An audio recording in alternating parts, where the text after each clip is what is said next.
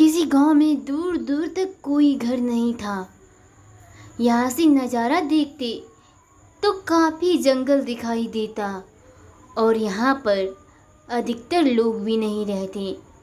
इसमें से एक घर में एक आदमी रहती थी जो कि बड़ी ही आलसी थी।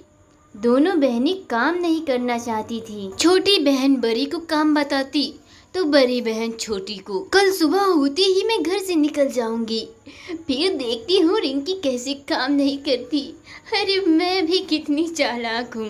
ऐसा कहकर नैना फिर नए नए बहाने खोजने लगती है क्योंकि वह काम नहीं करना चाहती थी और नैना बस सवेरे होने का इंतजार कर रही थी। और जब सवेरा हुआ तो रिंकी भी काम करने के आजकल से नहीं उठ रही थी क्योंकि वो भी अपनी बहन से कम नहीं थी। अरे ओ महारानी, चल अब उठ जा, मैं काम से बाहर जा रही हूँ, तब तक तुम घर की सफाई करके रखना। नैना ऐसा कहकर उसके पास खड़ी रहती है पर उधर से कोई जवाब नहीं आता और इस पर नैना उसके जवाब का इंतजार करने लगती है। लगता है महारानी नहीं उठेंगी, मुझे क्या, मैं भी सोने जा रही हूँ, मुझे भी कोई काम नहीं करना। ऐसा कहकर नैना भी अपने कमरे में आ जाती है पर उसे भूख के मारे नींद नहीं आ रही थी।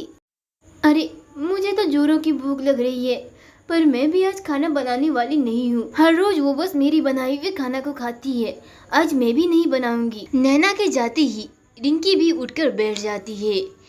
भूख तो उसे भी लग रही थी। अरे बड़ी पागल लड़की है, मेरी नकल करती है, देखो खुद तो खाना नहीं बना पाती। मैं सोई थी और महारानी मुझे ऑर्डर देकर गई, मैं तो नहीं बनाने वाली। चलो दोनों भूखे ही रह जाते हैं। एक दूसरे की नकल करने के चक्कर में दोनों ही बहनें भूखी रह जाती हैं। इस कहानी से हमें यह शिक्षा मिलती है कि हमें दूसरों की नकल कभी भी नहीं करनी चाहिए, अपना काम खुद करें। एक समय की बात है, एक गांव में बहुत सारे अमीर लोग रहा करते थे पर इस गांव में एक घर ऐसा भी था जिसमें एक गरीब लड़की रहती थी।